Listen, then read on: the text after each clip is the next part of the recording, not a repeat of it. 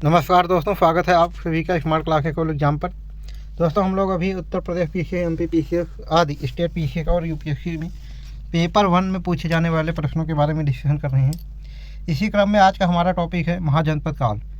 ये हमारा दोस्तों एनशेंट हिस्ट्री का मोस्ट इम्पोर्टेंट पॉइंट है। यहाँ मेन खोर प्री दोनों में प्रश्न बनते हैं। महाजनपद के बारे में जानेंगे। बुद्धकालीन भारत की पहली विशेषता जो राजनीतिक दृष्टि से महत्वपूर्ण थी वह है विकेंद्रीकरण की प्रवृत्ति, अर्थात एक समय भारत छोटी छोटी अनेक राजनीतिक इकाइयों में विभक्त था। ये राज्य आपस में संघर्ष करते रहते थे, इसीलिए इस काल को संघर्षरत जनपदों का युग कहा जाता है। विकेंद्रीकृत की प्रवृत्ति के बावजूद इस काल में केंद्रीकरण के प्रयास प्रारंभ हो गए थे।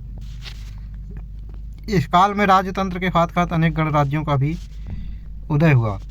इस काल के 16 महाजनपदों में दक्षिण भारत में केवल एक जनपद था जिसको अस्पक जनपद कहते हैं। यह तथ्य दर्शाता है कि उत्तर भारत के दक्षिण भारत के साथ घनिष्ठ संपर्क नहीं था।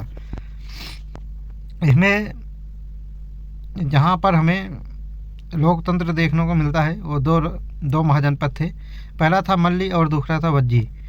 बौद्ध ग्रंथ अंगुत्तर निकाय में 16 महाजनपदों का उल्लेख मिलता है और एक जैन ग्रंथ है भगवती सूत्र, उसमें भी 16 महाजनपदों का उल्लेख मिलता है।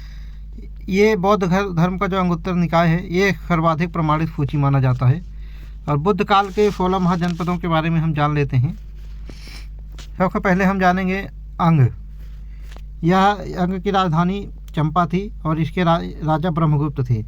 और अंग की जो वर्तमान स्थिति है वो है पूर्वी बिहार एवं पश्चिम बंगाल। दूसरा महाजनपद है मगध। मगध की राजधानी राजगिरी है और यहाँ के राजा बिंबिसार एवं अजातशत्रु थे मगध के राजा, और वर्तमान स्थिति इसकी बिहार में है।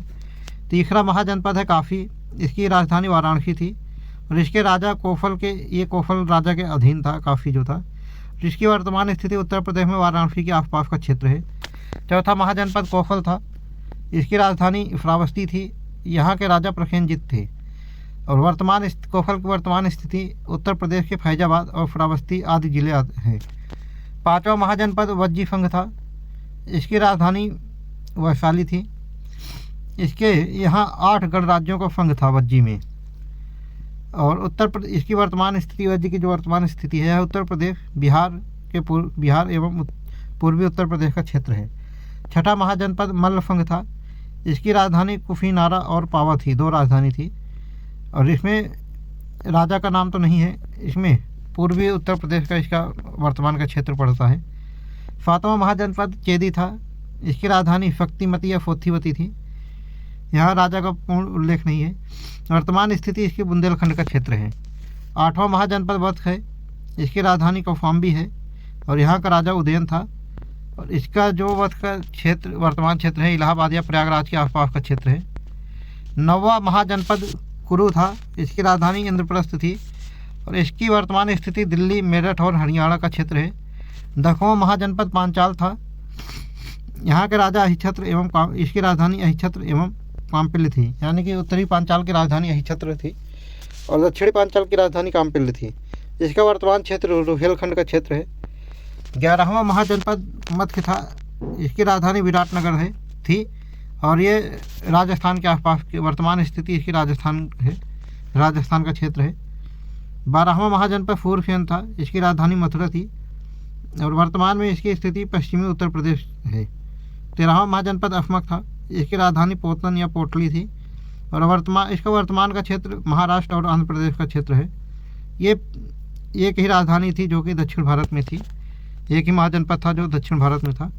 चौथा महाजनपद अवंती है। इसकी राजधानी उज्जैनी और महिष्मती थी।